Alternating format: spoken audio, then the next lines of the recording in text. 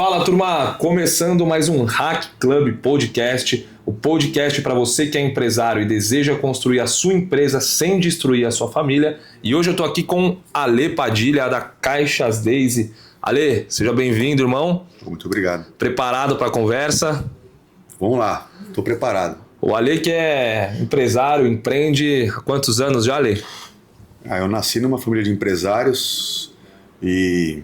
não sei nem te falar, eu tenho 45 e eu vou te falar que há 20 anos eu sou meio cabeça da operação. Mas eu tô nisso aí desde criança. Nasci trabalhando e junto com meu pai. Cara, então o papo vai ser bom, que muito insight, muita análise de operação, né, de alguém que opera até hoje, de alguém que está no dia a dia até hoje. E Ale, antes de tudo, eu quero saber de você, cara, que é isso, né? Você falou que seu pai, você vem de uma família de empreendedor. Sim. Conta um pouco mais da origem, assim. Conta um pouco mais de você, de onde você veio, quem é você. Já contou que é pai, que faz 40 esportes aqui. Conta um pouco mais aí pra turma. Eu venho de uma família de empreendedores. Meu pai é o fundador. Eu não digo nem que ele é o fundador, ele é a segunda linhagem, né? Ele tem um padrinho dele, que nós perdemos ele ano passado, que foi quem padrinho do meu pai. Ele trouxe meu pai para São Paulo. Meu pai é imigrante do Nordeste, né? Ele é de Alagoas. Veio para São Paulo para trabalhar com o tio, ali na região central de São Paulo, perto do mercado municipal, e comecei na caixa de madeira. Aí depois meu pai foi migrando para a caixa de papelão, ao qual nós estamos até hoje aí. A família tem primórdios aí no segmento de embalagem nos anos 50. Caramba! Tá? E eu nasci dentro do armazém com caixa de madeira, com caixa de papelão. Eu não sabia que era um negócio familiar já. É bem antigo. Uhum. Tá? Só que aquilo, né? O tio do meu pai é um cara que não teve instrução, que eu chamo de tio também, o tio José. É um cara que não teve instrução, não tem escolaridade zero. Meu pai também não teve oportunidades e era num lugar muito precário no Nordeste do Brasil. E eles trabalharam muito bem com a ferramenta que eles tinham. Né? Eu acho que hoje, quando eu vejo assim, meu pai ele fez coisas incríveis que sem ferramenta nenhuma. Eu já tive um pouco mais de oportunidade, né? Mas sou o cara que estudei a vida inteira em colégio do estado, né? No transporte público, né? E moramos de aluguel boa parte da minha vida no centro de São Paulo, numa região não muito legal. Depois eu mudei para o extremo da Zona Leste. E essa é mais ou menos minha criação, mas sempre trabalhei aí com embalagem. Tentei sair um pouco uma época aí, até quanto mais para frente, tentei empreender em outro segmento, que aí eu entendi que o que eu gostava mesmo era empreender. Sempre empreendendo. Mas dependendo do que fosse. E sou, como você falou, aficionado por esporte. Sou meio que, hora eu procuro uma coisa, outra eu procuro outra. Hoje eu evito. Amigos falam assim, vamos saltar de paraquedas. Não, cara, deixa eu... Cansa, já fiz muita coisa, ainda estou fazendo muita ainda. Sou pai, né? Tenho um filho agora está com 11 anos, casado já há 14, né? Ao qual eu e minha esposa estamos juntos aí há mais de 20. Incrível. Eu conheço ela desde o colégio, né? Ela era bem mais nova que eu. Primeiro namoro? Dela praticamente, cara. Ela teve acho que um namorado ou dois antes que eu, mas namoro aqui de escola. Uhum. Comecei a namorar ela tinha 17 anos. Que demais. E eu 20 e pouco e estamos juntos até hoje aí. E aí a parceria é incrível e é muito grande. A gente se completa de verdade. Tem casal que você vê briga, né? Com certeza. Amigos falam da gente assim, falam, vocês não brigam? Cara, não. Por quê? Sei lá, a gente tem preguiça de brigar. Né? Mas tá bom, vamos fazer assim, faz o seu jeito. A gente tem o nosso jeito ali de levar a vida e vai dando certo, né? Que demais. Minha esposa me conheceu, eu tinha uma vida, eu digo que esportiva, muito ativa, financeira era fraca, né? O cara que vinha de baixo ali. Quando eu comecei a tocar as coisas com meu pai, era meu pai mais um funcionário, que era um motorista, ajudante, tudo, e eu também ajudava, né? Ali ficava tocando, mas não entendia de empreender, era um moleque. E ficava trabalhando com ele ali. E aí hoje não, hoje eu tenho as duas companhias, já tenho algumas dezenas de pessoas em cada empresa. Isso é bem legal, que eu gosto bastante, né? Eu tenho uma loja que ainda continua, que era do meu pai até hoje, que leva o nome da minha mãe. Que demais.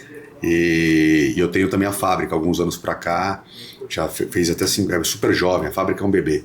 Eu verticalizei um pouco mais, hoje eu produzo o que eu vendo, né? E eu digo que a mina dos olhos é a fábrica, onde tem um grande potencial. Estava até batendo um papo aqui mais cedo com o pessoal sobre a parte industrial, que eu tenho muito que aprender. O pessoal de vocês aqui já veio de indústria e me ajuda muito, cara. Tudo que é informação essa é a minha vida, cara. E esporte que eu não paro e tenho como hobby. E eu não digo que é hobby / religião, assim, que é o jiu-jitsu, né? Incrível.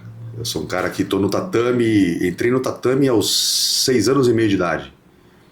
Aí o pessoal fizer a conta aí, 45, já tem um pouquinho aí, cara. Tem uns 38. Tem uma faixa coral chegando 38, aí já. 39 anos já dentro do tatame. Cara, né? que incrível. E ali eu digo que mudou algumas coisas em mim. Uma das coisas que é o caráter, né? A resiliência de ficar buscando sempre melhorar.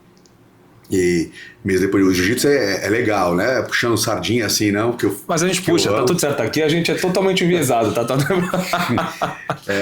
eu tenho meu filho, ele já faz jiu-jitsu há 5 anos. E aí o pessoal fala assim: a criança não pode obrigar, né? Eu falo quase tudo não, mas o jiu-jitsu eu obrigo. Até onde eu consegui obrigar meu filho a que ele frequente o tatame, eu faço, porque eu sei ali que molda caráter. Sim, né? Com certeza. Ali molda caráter ali, eu acho importante, eu gosto. Eu já tô seguindo a sua lógica, tá, Lê? Meu filho tem 2 e ele já vai obrigado. 2 anos, né? A gente nem pode, né? Tatame você começa com 5 ali normalmente, né? Só que ele tem 2, ele me acompanha, ele é o menorzinho da turma ali, mas é tá bom tudo assistir, certo. cara. Vai assistindo, vai pegando. Eu me arrependo, eu tinha essa cabeça, eu tinha medo de forçar o meu filho e eu não forcei ele antes a ir o tatame comigo, né? Ele não faz aula comigo, ele faz grupo só de crianças lá. Mas eu não forcei ele antes. Aí quando ele fez uma certa idade, eu falei, putz, vou colocar. Eu tentei colocar um pouquinho antes da pandemia, a pandemia deu uma atrapalhada. Sim. Quando passou a pandemia, já pôde voltar aos treinos, aí eu levei ele, e às vezes ele não quer ir, quer jogar videogame, eu falo, não, vamos. Minha esposa no começo tinha a cabeça tipo, você não pode obrigar. Ela conhecendo a filosofia, o pessoal, e frequentando a academia, hoje ela fala, olha, ele tem que ir pro jiu-jitsu, hein? Ele não vai faltar. Eu falei, não vai faltar, ele vai. Que demais. Porque é bem interessante, cara. Todo pai pudesse colocar o filho, se não for no jiu-jitsu, em alguma arte marcial. Eu acho, assim, de importância, de extrema importância. Cara, então você já viu como vai ser o papo aqui hoje, né? O papo a gente vai falar de empreendedorismo, a gente vai falar de família, a gente vai falar de esporte e isso tudo numa aula de vida com o Ale, que é um cara que participa de tudo isso, né? Tem ativamente como estilo de vida, como ele trouxe tudo isso. E aí, Ale, eu quero saber mais um pouco assim, né? Então você nasceu na empresa do seu pai. Sim. Imagino que ali você passou por tudo, fez tudo, conheceu tudo. Você era o filho do dono, mas o filho do dono a gente sabe o quanto trabalha em empresa séria, né? O filho do dono trabalha muito. E como você descobriu que era isso que você queria seguir? Como você descobriu que, assim, porque normalmente criança tem uma ambição, né? De vou ser um atleta, eu vou fazer alguma outra coisa, vou estudar algum segmento. Onde que veio essa ambição de saber que era com seu pai, era o que ele fazia que você queria fazer também? Cara, se eu te falar que o que meu pai fazia era o que eu queria fazer, eu vou estar mentindo, não era, né? Porque eu não entendi ainda. Como eu falei, eu ingressei na arte marcial aos 6 anos e meio, porque eu fiz prezinho, primeira comunhão, tudo numa igreja católica, que é a minha base. E nessa igreja tinha um espaço que tinha karatê. E aí, como uma boa criança ali nos anos 80, eu adorava assistir Bruce Lee, Van Damme, e eu achava legal a luta. E eu pedi pra minha mãe colocar no karatê, né? E ela, no começo, não queria, vai se machucar, e eu queria entrar, cara, né? Eu queria entrar porque eu achava legal ver os filmes, e eu sou de uma família que eu tenho um irmão especial, né? E eu também tinha aquilo que, pô, quando era criança eu já via o pessoal às vezes brincando com meu irmão, brincadeira maldosa, e eu pensava comigo, na minha cabeça era, tem que proteger meu irmão, então eu vou aprender a sair na porrada, pra proteger meu irmão. Justo. Né? E era a minha filosofia. Eu falei, a pessoa precisa ter medo de mim para que eles não ofendam o meu irmão. E foi nesse caminho. Aí, como eu tava no karatê, eu fui crescendo, aí eu falei, o que eu quero ser? Quero ser atleta. Né? Aí eu comecei a andar de skate, aí andei de bike também, BMX. Isso desde novo, desde pequeno. Muito novo. E eu que pedia, meus pais não queriam, eu brigava pra, tipo, eu quero ter um skate, fazia meus rolos, não queria comprar skate, eu comprava uma peça velha dos outros, que ninguém queria mais, e montava uns Frankenstein lá, uns skate bem feio, e tava, depois a bicicleta, era negócio, tudo que o pessoal não queria, eu usava. Aí nisso foi criando um sonho do quê? Ser atleta. Quando eu fui sair do colégio, eu fiz um colégio estadual a minha vida inteira, e lá tinha administração. Aí meu pai, o sonho, né, cara, que meu filho seja alguém. Me colocou para fazer administração de empresas no colégio técnico. E eu fiz a administração. Quando acabou o colégio, meu pai falou assim, pô, vai fazer uma faculdade de administração? Eu falei, não, pai, quero fazer educação física. Cara, mas só deixa eu trazer um ponto aqui. Porque, assim, muito legal que o seu pai, você falou que ele não teve estudo, né? Não teve. E você veio de uma linhagem de colégio público. Sim. E o seu pai, nesse momento, já identificou um potencial em você de te colocar num estudo técnico e de te oferecer uma faculdade de administração, né? Sim, que legal, cara. Que legal. E quando eu fui fazer a faculdade, eu falei, quero educação física. E meu pai, ele não forçou nada, mas falou assim, tem certeza? Pô, faz administração, você já fez, ou algo no segmento. Não, eu quero ser, minha cabeça, eu quero ser atleta, educação física vai me ajudar a treinar melhor. Justo. Né? Aí eu já nadava, ia pra academia pra nadar, já aos 16 comecei musculação, aí já treinava jiu-jitsu. Tem tudo a ver comigo esporte, e de verdade tem até hoje. Né? Fiz educação física, cheguei a trabalhar em algumas academias como freelance e tal, e trabalhando eu falei assim, cara, acho que o meu negócio não é esse, né? Meio que cumprir um horário e fazer só isso que estão me falando para fazer. Queria fazer mais, né? Aí fui trabalhando, aí trabalhando com meu pai, trabalhava academia, uma coisa ou outra. Final de semana alguns amigos saíam para uns lugares para pedalar e tal, eu falava para meus pais, eu mentia para meus pais, falava que ia pedalar, pegar uma bicicleta e ir para bicicletaria. Tinha mais perto da minha casa para trabalhar como ajudante. Porque eu arrumava minha bike lá e o dono sabia que eu era muito bom mecânico de bicicleta. E aí eu fazia uns freelance ali para ganhar um dinheirinho para comprar peça melhor para minha bike. Essa era a verdade. E aí eu vi que eu atendia pessoal diferente e foi crescendo isso em mim. Até que meu pai falou assim, poxa, esporte não vai ser legal. Montou uma bicicletaria. E eu montei uma pequena bicicletaria. Isso com quantos anos? Ah, cara, eu tinha 21, 22. Mas quando eu falo pequena, era eu e eu. Não, mas começou, ali já era uma eu presa, né? Você já começou a empreender com 20 anos. Sim, aí comprei as ferramentinhas, coloquei, essa bicicletaria existe até hoje. Hoje não é uma só, ela existe e já estão em 6 lojas. É sua ainda? Não. Depois eu vendi para um compadre meu e um irmão de vida assim, passei para ele e ensinei o que eu fazia como mecânico ali, como que eu tocava. Ele é um cara muito bom, família responsável, prosperou muito e tá muito bem. Cara, que incrível. Isso aí, é bem legal. E aí eu voltei da bicicletaria, eu vi meu pai no perrengue, né, trabalhando, se matando de trabalhar. E eu vi meu pai, cara, fazendo uma baita força, e eu falava, cara, é possível, preciso voltar a ajudar meu pai. Voltei pra ajudar ele. E aí tinha aqueles impasses, né, eu muito impaciente em fazer as coisas, meu pai, não é assim, espera, calma. Meu pai é o cara que gosta de pensar bem pra não fazer nada errado, pra não comprometer a família. E era só loja nesse momento, né? Era só loja. E meu pai tinha passado por um problema financeiro na sociedade errada que ele fez com um cara que fez a sociedade, desfez, mas meu pai ingênuo não tirou o nome, e o cara deu um golpe na praça, e meu pai ficou com um nome complicado durante muitos anos, e meu pai é o cara que, cara, até hoje é muito legal, quando eu vou negociar com alguém, eu falo, sou o filho do Padilha. O pessoal, então tá feito o negócio. É um cara que sempre teve um nome muito certo. E aí ele tinha muito medo, meu pai é receoso de dar algo errado de novo, comprometer. E eu, o cara queria tentar, mas ele não tinha grana, ia na mãe, mas eu tinha umas ideias inovadoras, né? E meu pai era inovador, cara, ele fez marketing, meu pai começou fazendo um marketing muito forte, caixa de papelão, na Yellow Page. Aí só quem é mais velho que sabe o que é isso. Cara, que louco, sem instrução, ali no feeling, né? Pessoal, propaganda aqui. Meu pai era a única pessoa que tinha propaganda nas páginas amarelas na época. Depois a concorrência começou a imitar meu pai e fazer também. Pra você que é novo, não sabe assim, eu peguei pouco, tá? Mas pra você que pra você que é novo, não sabe o que é a página amarela, esse era o modelo de propaganda. Página amarela e jornal e televisão e rádio era o que era propaganda há 30 anos atrás, antes de surgir a internet, basicamente. É isso aí. Aí tinha os concorrentes da Yellow Page aqui, que é a página amarela, eles tinham eram uns 2 guias que existiam assim muito forte, meu pai fazia neles. E aí nosso primeiro site foi um site de caixa de papelão, foi o primeiro site de caixa de papelão do Brasil. Antes de multinacionais aí até. Caramba. Porque o cara da Yellow Page ofereceu ao meu pai, você não quer fazer? Agora existe um negócio que se chama site. Meu pai, pra que isso? Na época não tinha função mesmo. Não estava acontecendo, mas nós fizemos. Super antenado. Sim, mas o cara da Yellow Page que instruiu meu pai e deu super certo. Falei, vou fazer, mas não é o core. Mas aí foi indo. Eu fui o cara sempre que eu falei, impaciente de ajudar. Eu voltei a trabalhar com meu pai porque eu não... Na época, você falou de fazer tudo, né? Eu faço até hoje ainda, muito menos do que eu gostaria, porque não tem tempo.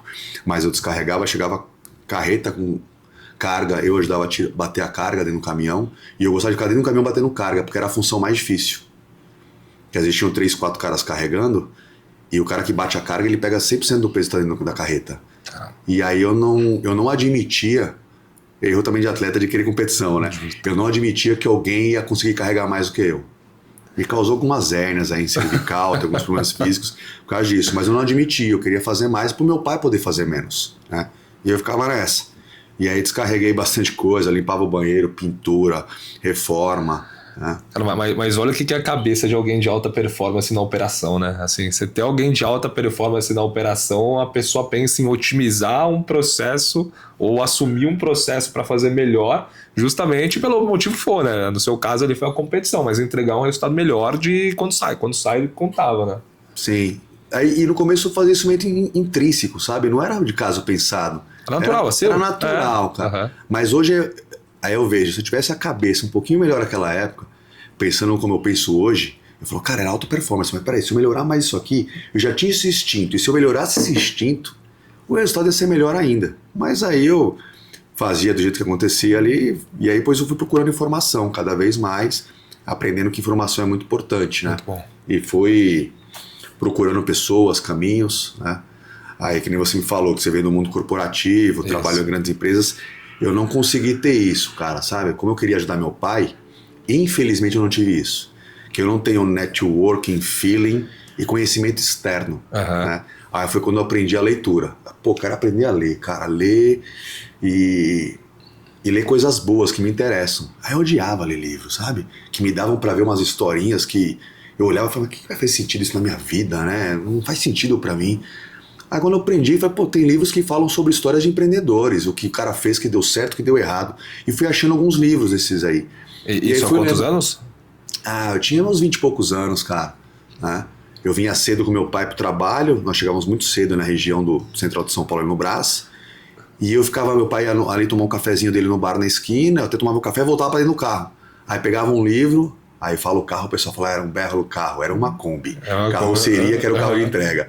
Eu voltava pra dentro dela pra ficar lendo. Ficava meu livrinho ali dentro do porta-luva da Kombi, eu ficava lendo ele. Napoleão Hill, o Andrew Carnegie. Não, isso aí é muito, ainda hoje é muito conhecido e moderno. Eu não tinha essa informação de que esses livros eram bons. Isso aí eu li muito depois, né? Eu lia livro que eu achava em Saraiva, que ficava na prateleira, que os caras pagam pra ficar, pra ficar mais expostos, né? Mas eu achei bons livros, né? Demais. Eu li um que é Virando a Própria Mesa, acho que o primeiro livro, a gente não esquece, né? Primeiro livro, Virando a Própria Mesa, do Ricardo Sandler. Aí eu li, que aí conta a história dele, mas ele é uma outra família, mas mostra a virada dele de chave dentro de uma empresa, na empresa do pai. E eu me identifiquei. Nossa, conectou super. Muito, cara. Que eu falei, cara, como eu gero meu valor aqui dentro? Como que eu mudo? Mas não tinha insights de empreendedorismo, administração. Só tinha falando a vida dele, como que ele conseguiu criar um valor dentro da empresa do pai. E aí foi o que eu usei pro meu pai, né? Falei, pai, peraí. E se eu fizer isso e der certo, você me ajuda mais? Você deixa eu fazer isso? Meu pai não deixava eu fazer muita coisa com medo, receio dele, de dar errado. Aí eu pedia pequenas coisas. E aí meu pai foi acreditando no que eu tava fazendo, tava mudando, sabe? Isso é... Esse livro mudou minha vida, cara. É um livro super simples. Como chama? Virando a Própria Mesa, do Ricardo Sandler. Super simples, cara. Mas já mudou a minha vida. Aí depois aí fui ler outros livros, Andy Grove, sabe? Que aí já mudou, que foi o CEO da Intel há muito tempo. E aí fui lendo algumas outras coisas que faziam mais sentido para mim, assim, na parte administrativa, como estruturar a equipe. Aí, hoje eu leio muito, vou falar a verdade, leio muito menos do que eu deveria, que eu gostaria, porque me falta tempo. Mas me falta não por um motivo ruim, um motivo bom. Eu tento que minha vida tenha mais tempo sobrando para mim, para que eu gaste com a minha família. Incrível. E hoje você já consegue ter essa dedicação, assim, assim, tudo que você já contou. Você é um cara muito ativo, né? Não para. Você é um cara que não para, tem a mente assim, igual eu, acho que muito acelerada, o tempo inteiro pensando em um monte de coisa. E hoje você já consegue ter essa separação, assim, de dedicar um tempo maior à sua esposa, seu filho. Sim. No dia a dia. Sim. Mesmo entendendo que a empresa ainda precisa muito de você, mas você já consegue ter essa separação. Sim. A gente não para, né? Quem é empreendedor... uma vez eu ouvi uma frase, não lembro de quem foi, muito engraçada, né? Que duas pessoas questionando. E aí eu brinquei com a minha esposa sobre isso. Minha esposa trabalhou em banco muitos anos. E aí eu ouvi essa frase e eu usei com ela. Que ela falou, você não sabe o que é trabalhar com um chefe te cobrando? Eu falei assim, eu sei. Eu durmo com o meu. 24 horas por dia. Ao qual eu sonho, eu acordo na madrugada pensando em algo que eu deixei de fazer, que eu preciso fazer. e faz anotação. Falei, eu sei bem como é que é uma pessoa te cobrando. Falei, e eu tenho certeza que ninguém conseguiria me cobrar mais do que eu mesmo me cobro. Com certeza. O que eu mais escuto das pessoas é tipo, para, calma, peraí. A frase que eu mais ouvi do meu pai é, pega menos, carrega menos, você vai se machucar. Né? Pega menos, cara, você vai se machucar. Mas eu não aceitava aquilo, eu falei, não, eu tenho que carregar mais, cara. Cobrança interna absurda, né? Hoje eu consigo me policiar um pouco mais com isso aí. E porque da pergunta, aqui no clube a gente fala muito sobre construir empresas sem destruir a família, né? E a gente, eu já tive a oportunidade de passar em algumas, né? Acho que diversas empresas aí, vendo empresas muito bem estruturadas, no sentido de prosperarem, empresas que bateram múltiplos milhões, só que você tinha um CEO que ele estava depressivo, que ele estava fundado, que ele tinha separado. Então por isso que a gente ressalta muito essa importância de como construir empresas que são grandes, mas não perder a essência, que é a essência familiar. Então acho que, até anotei aqui, né, que um ponto incrível que o Ale trouxe, que é, cara, entender essa separação, entender que hoje, apesar de ser um cara muito acelerado, você consegue ter esse filtro de gastar tempo onde realmente importa, né? Sim, a sua família. Muito bom. Que é o mais importante, cara. Muito bom. E fora que a família também, eu digo que ela me renovou algumas ambições. Né? Quando olha pra minha vida lá atrás, qual que era a missão do Alexandre? Ser um cara que trabalha numa academia, formar educação física, depois a ambição mudou, tipo, eu quero ter uma academia, que eu tive uma academia durante algum tempo, depois eu acabei desfazendo um negócio, tive loja de bicicleta, e enfim. Aí você vai renovando a ambição, você fala, pô, não, até aqui tá bom. Aí daqui a pouco você fala, não, peraí, agora eu tenho isso aqui, agora eu quero um pouquinho mais. E a ambição vai sendo renovada, né? Aí o pessoal fala assim, qual que é o teu sonho? Às vezes eu brinco, eu falo, não, eu sei o de hoje. Pro resto da vida eu não sei. Que o meu de hoje é muito diferente do que 10 anos atrás. Não digo nem 10, eu vou falar que 3 anos atrás eu tinha um sonho de vida. Hoje eu tenho outro, caso do meu filho e da minha esposa. Né? Eu tenho agora propósitos que vão mudando, que eu falo, não, hoje eu quero fazer isso que eu preciso para dar esse recurso pro meu filho. Né?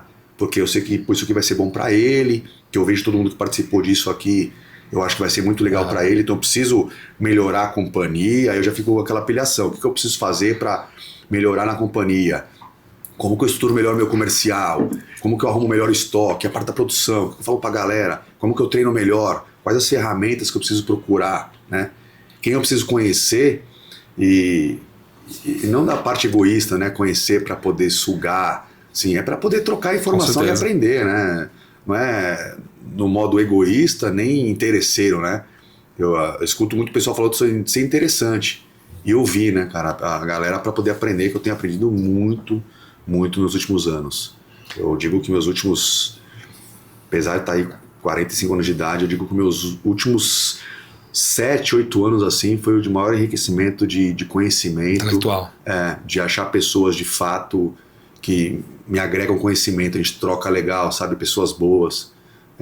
Até você reduz, né, a quantidade de gente que você vê, porque às vezes você fala, putz, quero ficar mais perto do que uma pessoa que me identifico ali de conhecimento e aprender, né. Eu tenho alguns amigos aí que são grandes mentores aí, uns na parte mais empresarial, outros na parte mais executiva, outros na parte mais familiar, usos de espelho, né, eu tenho amigos que eu olho e falo, cara, a família do cara é maravilhosa, e o que ele faz para ser tão maravilhoso? Aí eu vejo pequenas coisas que ele faz, que eu falo, cara, é isso que transforma a vida dele. Vou fazer igualzinho com a minha família, cara, para ver se melhora. E melhora.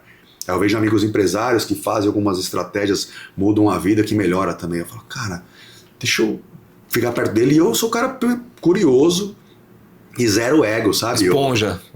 O jiu-jitsu me ensinou que ego, cara, mesmo sendo faixa preta há quase 20 anos, a gente apanha de faixa azul, que é competidor. Também tá uma molecada faixa azul, meu irmão, 20 anos de idade voando. E o jiu-jitsu é o que passa isso pra mim, sabe? Assim, de falar, poxa, não tenha ego, cara. Porque você pode ser bom numa coisa, mas naquilo ali o cara é melhor, né? Às vezes eu posso ser, trazendo pro jiu-jitsu, eu posso ser o cara que luto melhor que ele. Só que aquele moleque faz uma raspagem que ele consegue me raspar. Eu falo, poxa, com um conhecimento tão grande, aí eu vou lá e falo, garoto, me explica melhor como que você fez isso comigo, porque na próxima eu quero não tomar.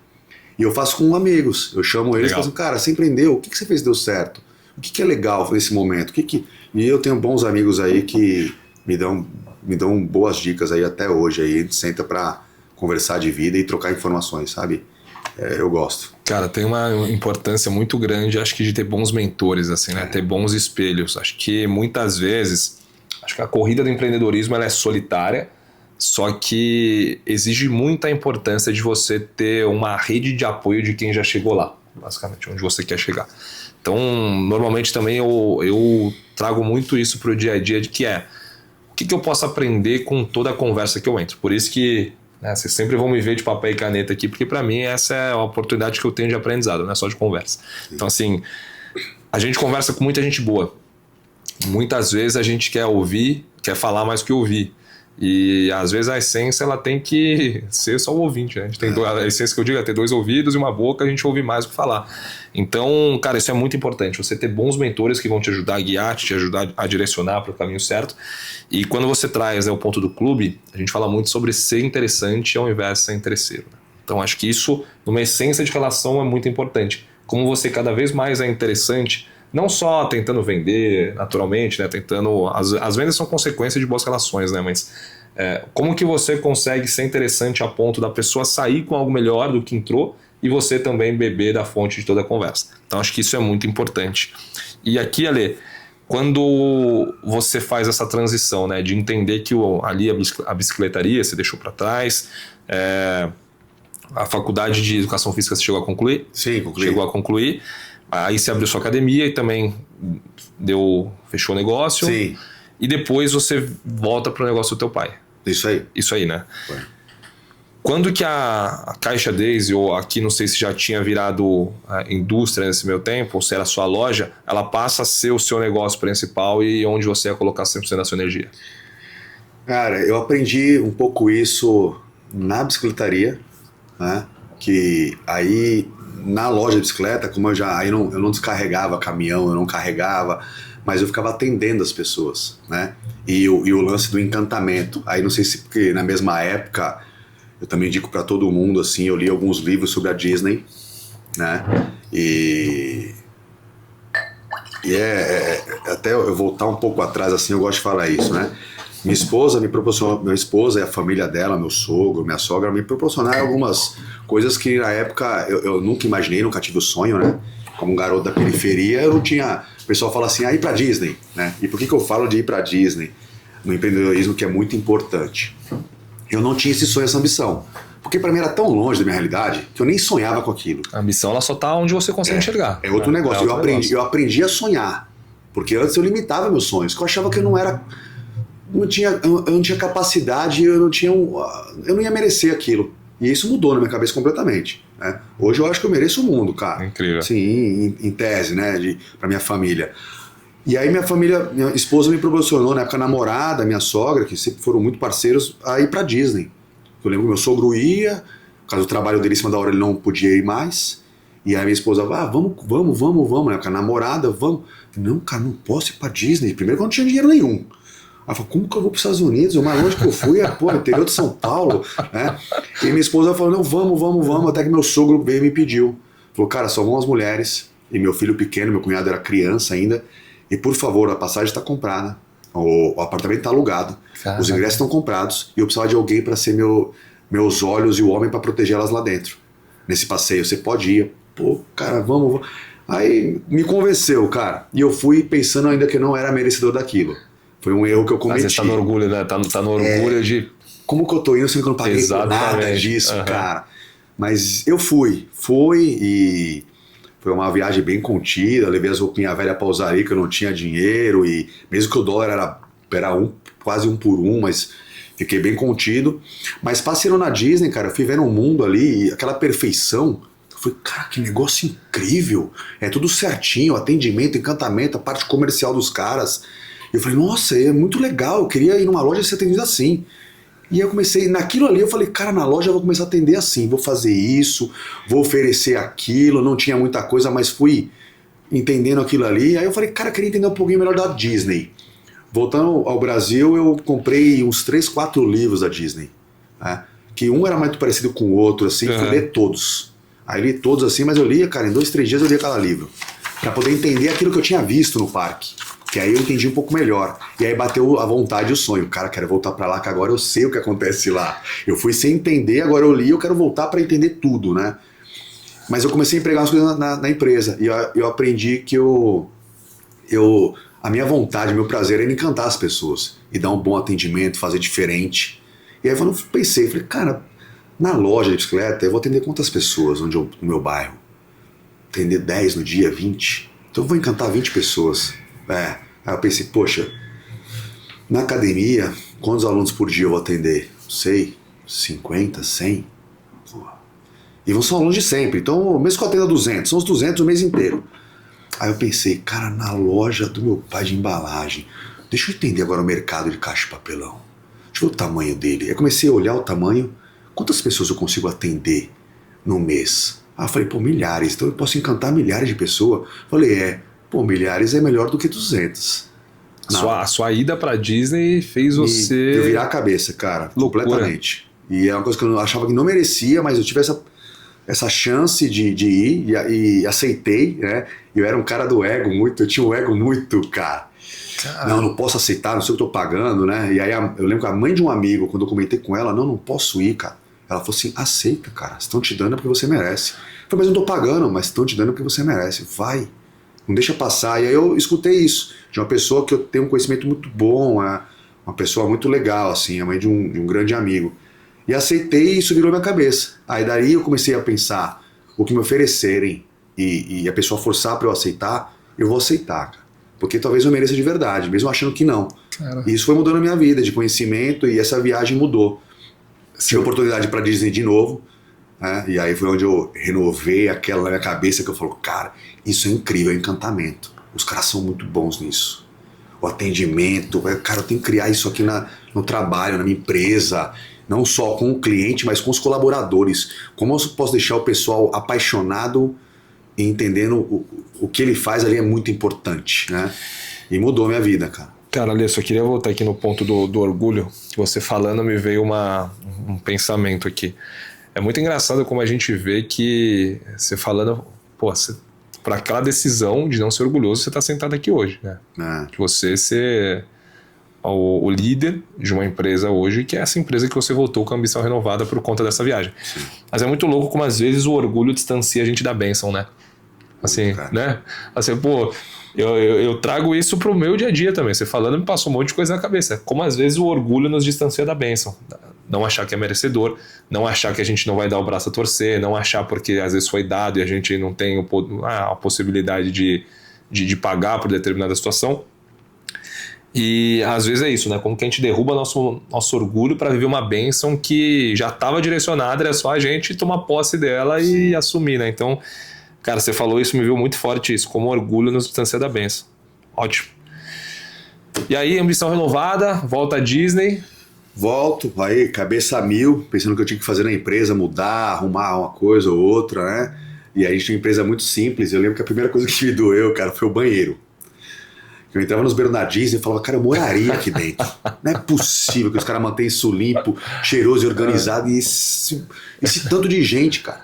E aí eu lembrei o banheiro que eu tinha na empresa, que era muito precário, muito simples. Cara, muito bom. Eu falei, não, tem que botar isso aqui abaixo e arrumar, porque o banheiro, apesar que eu falei assim, quem vai mais usar ele sou eu e os colaboradores. Então tem que dar uma qualidade boa para eles aqui dentro, aqui sentir que isso é legal, é bom, que o ambiente que eles estão aqui...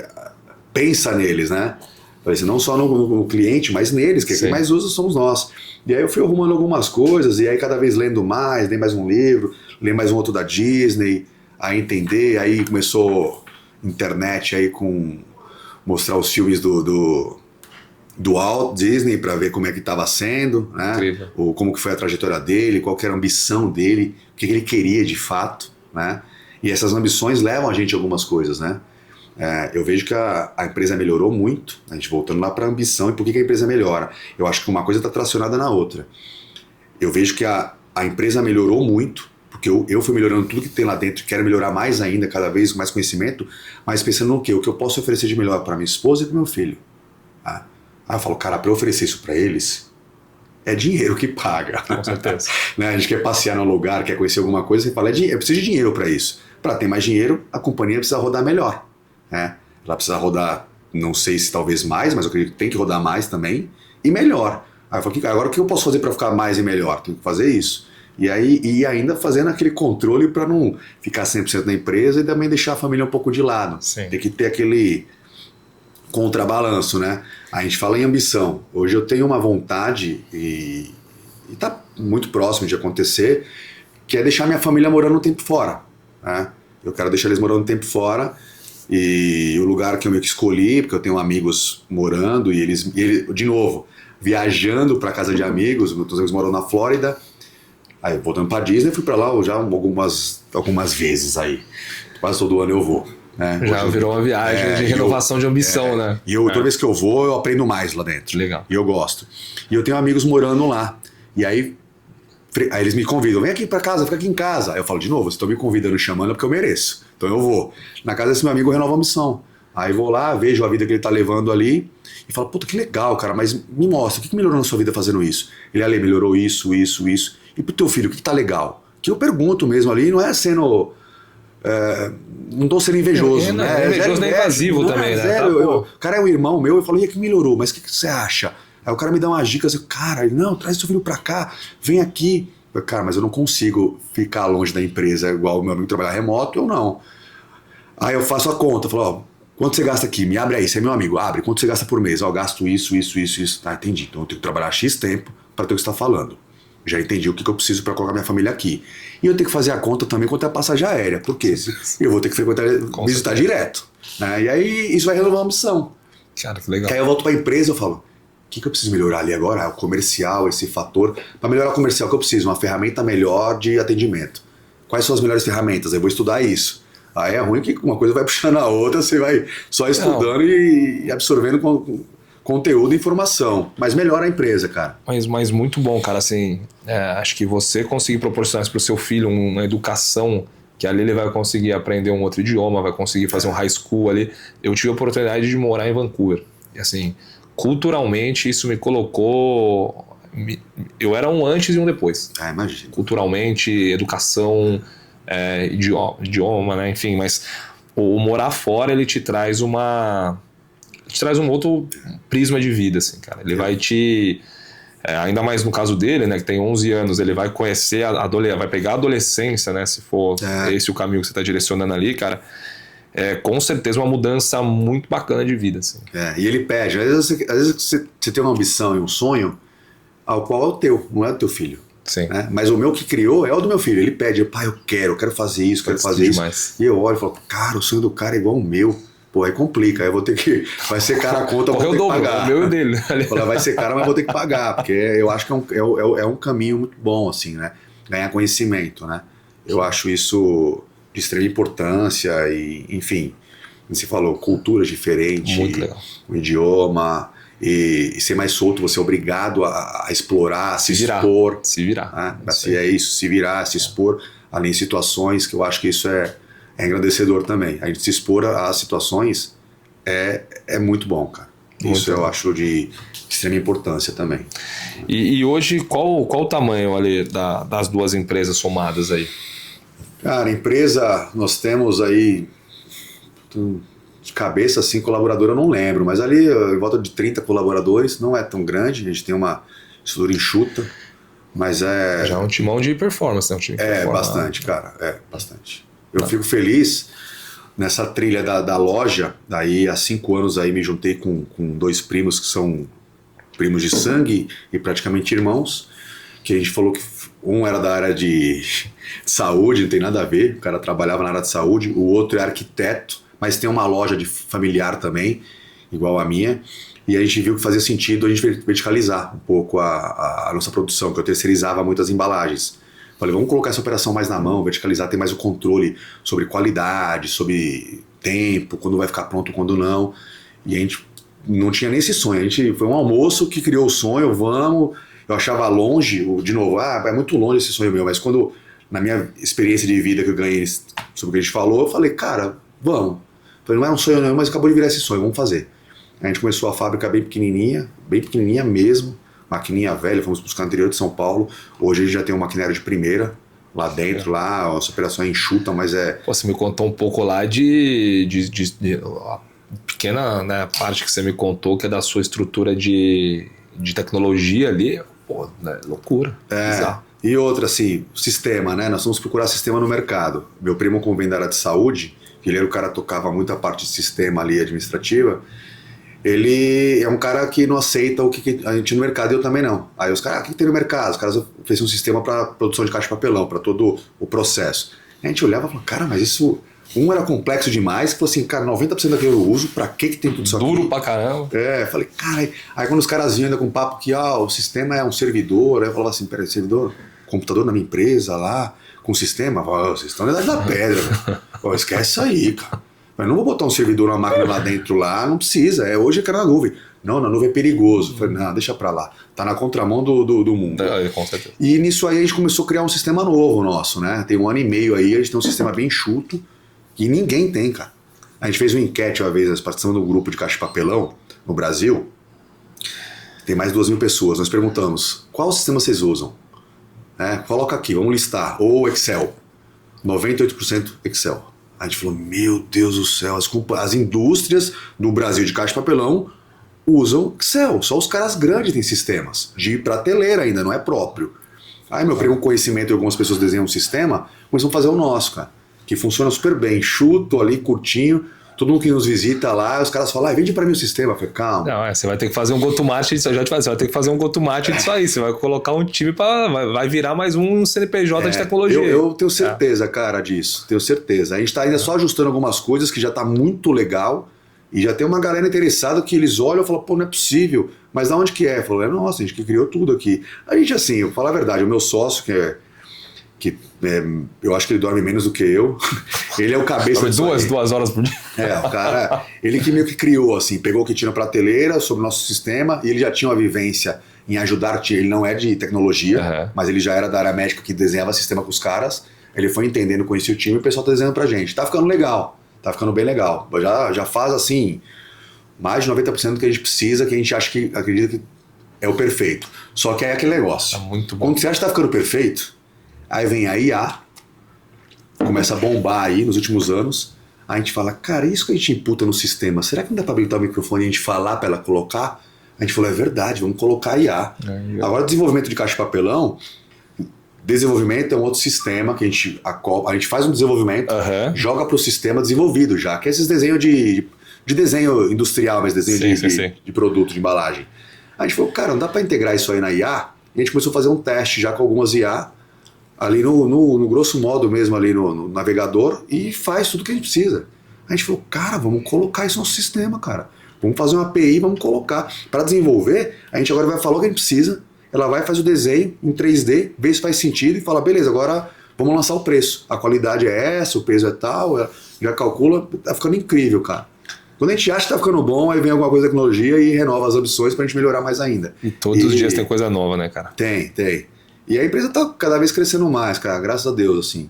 Vai ficando bom, o pessoal trabalha. O que mais me deixa feliz, eu faço um mapa lá de calor do ambiente da galera que eles acham, né?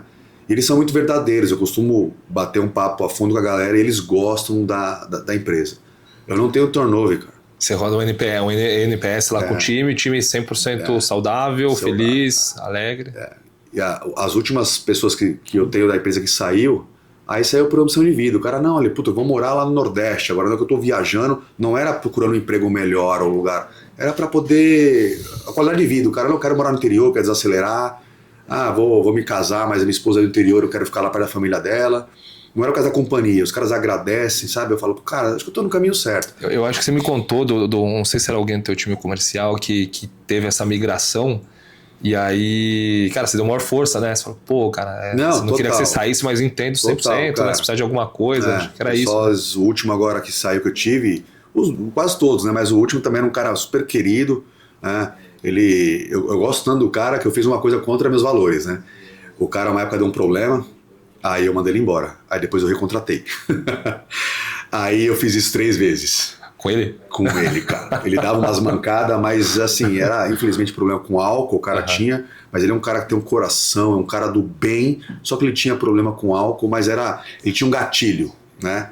E aí ele conseguiu se livrar desse gatilho. E aí a vida do cara começou a mudar, ele voltou a trabalhar comigo, e aí mudou tanto a vida dele que aí depois ele me pediu, eu tô pensando em ir pro interior, minha esposa tá grávida, assim, assim, assim, Falei, cara, te dou uma força, que você precisar, tô aí, vamos lá, e que você precisa. Ele, não, tô resolvido. Falei, quer usar o caminhão da empresa e fazer a mudança? O que você quer fazer? Ele, não, já tô me resolvendo. Eu falei, então tá beleza, tá?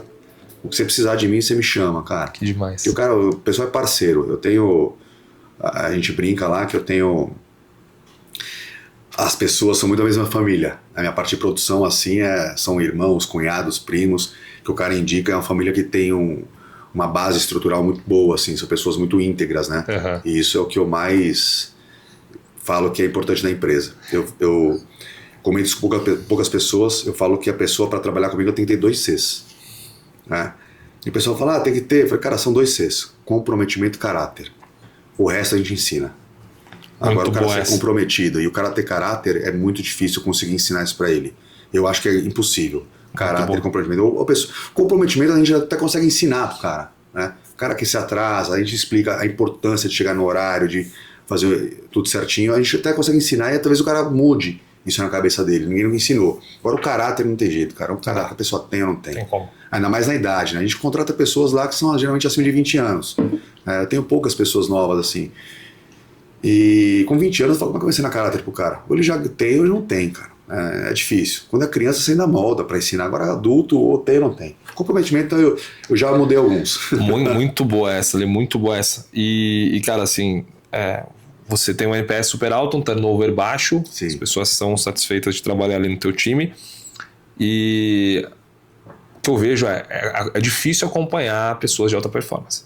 É difícil se acompanhar a batida e é difícil até para quem é de alta performance entender, né, que as pessoas estão tentando evoluir. No seu caso, cara, como que você enxerga isso? Assim, você trouxe, né, os 2 Cs que eu acho muito legal, mas você é um cara que puxa para cima, um cara que eleva a barra. Como que você faz para medir, né? Quem está um pouco abaixo ainda, mas você está construindo, você está apostando, você está tentando levar essa pessoa, levar o teu time, por exemplo. Cara, o dia a dia, eu gosto de ter uma proximidade grande com as pessoas, explicar a importância de alta performance, né? Eu dou muito exemplo para as pessoas, que é o que eles conseguem ver mais, assim, é sobre a Fórmula 1. Eu falo, cara, a Fórmula 1 é a alta performance do automobilismo. Olha ali, todo mundo tem que andar em conjunto, organizado, tem que estar todo mundo entrosado, né?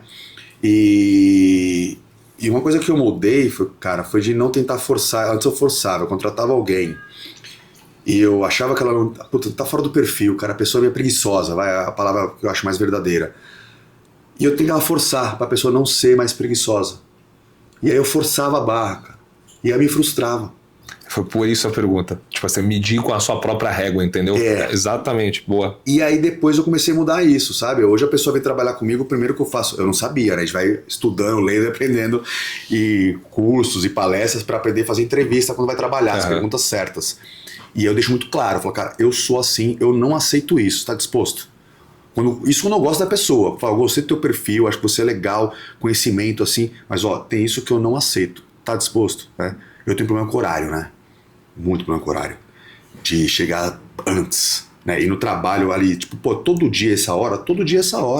Aí todo dia chega atrasado, todo dia é uma desculpa. Cara, não existe, cara. Se é o todo dia, cara, não teve um fator outro diferente. É o todo dia, você sabe que é isso. E aí eu deixo muito claro pra galera, né? E eu tenho horário inglês até pra entrar e sair. Também lá a gente para 5. Show 40 minutos. Adiantado hoje, eu lembro como bola. Não, mas na verdade eram as duas. A gente tá marcado outro horário, aí depois a gente se confundiu. Eu combino muito horário pessoal. Até os clientes, quando vem lá, falam, você pode me esperar até tal hora? Ah, não posso, cara. Comprometimento é com a entrada e com a saída. Eu tenho muito isso. A gente fecha a loja às 5. O pessoal fala assim, posso chegar? Isso eu aprendi de novo, né? Disney. Eu aprendi isso aí nos Estados Unidos. As lojas, eu lembro até hoje, cara, eu fui numa Best Buy e eu tava dentro da loja. Aí a loja, lembro até hoje, a loja fechava às 20 horas. Eu tava lá dentro. Faltando 5 minutos, anunciaram no interfone que ia fechar a loja. Eu, como um bom brasileiro, pensei, tô aqui dentro, já era. Vou comprar. Deu 20 horas, os caras fecharam os caixas. E eu com a cestinha pra comprar as coisas. Aí eu fui lá, o cara falou, não, você não sabe, encerrou. Não, mas eu tô aqui dentro, mas não interessa, encerrou às 20. Não, às 20 é na fila do caixa. Se às 20 você não tá na fila do caixa, você não pode entrar mais. Encerrou. Só amanhã agora, amigão. Eu falei, poxa, mas aí depois eu entendi, né? Lendo o livro da Disney.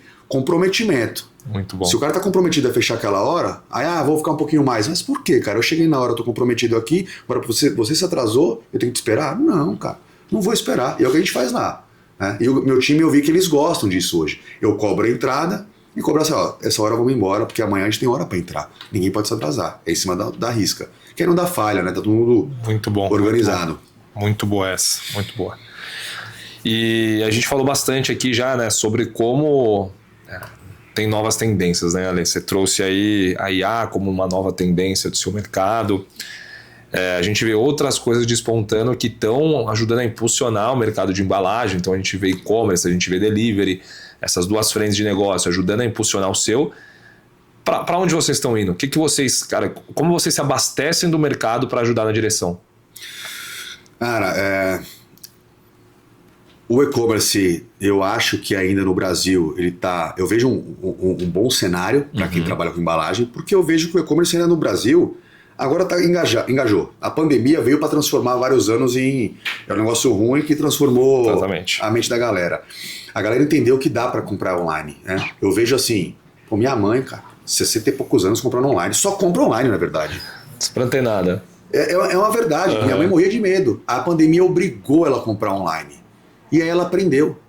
E acho que isso aconteceu em muitas famílias com muitas pessoas. Eu era o cara que eu gostava sempre de ir na loja.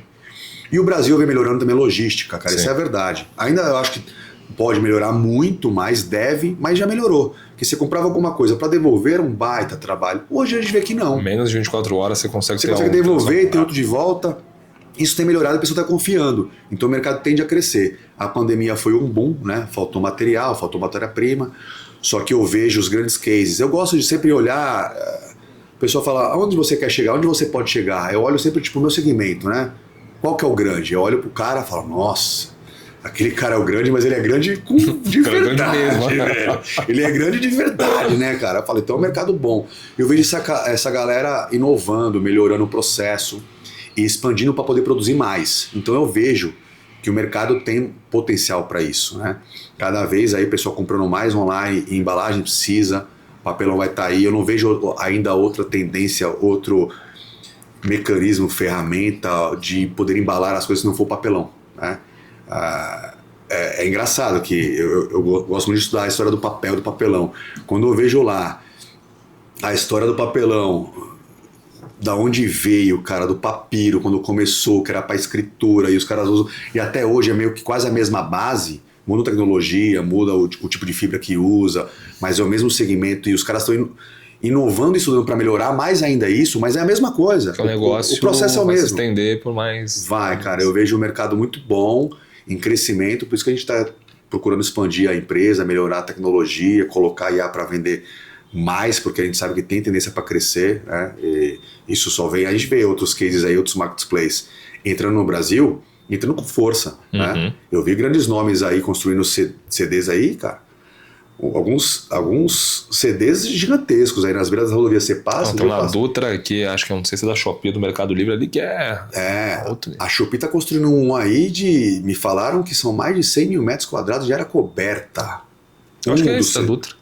Aí quando eu olhei, falei, quer dizer, vamos vir com força. A Amazon também está estudando viabilizar para poder vir, para dar um boom no Brasil. Aí eu falo, cara, o e-commerce a gente sabe que tem Mercado Livre, tem uns outros aí, mas os caras estão vindo forte. Então você fala, cara, vamos usar muita embalagem. A parte de e-commerce, de comércio assim, eletrônico, vai crescer muito e precisa de embalagem. Cara, é que naturalmente, né, o esforço dessas empresas potencializa o seu negócio, né? Não tem como, né? Não tem, vai usar. E a gente vê que no Brasil, hoje, só no Mercado Livre são mais de 100 milhões de compradores, ou seja, quase 45% da penetração dentro do mercado brasileiro. Aí você pega, né? Tem Amazon, tem Shopee, tem a Temu, tem a Shein, todas essas outras grandes gigantes que estudam muito o mercado. Essas empresas, né, elas sempre planejam 5, 10 anos, sempre plano de 5, 10 anos. E não tem como a empresa vir para o Brasil colocar um esforço de BI para sair com menos tempo que isso. Então, assim, esse mercado você pode ter certeza que nos próximos 10 anos ainda vai ser muito acelerado. Muito acelerado. Então, a gente pega aí o maior do Brasil em produção de papel, né, na parte de celulose, aí, em fazer a folha de papel para poder fazer a chapa de papel, para poder fazer embalagem. Né?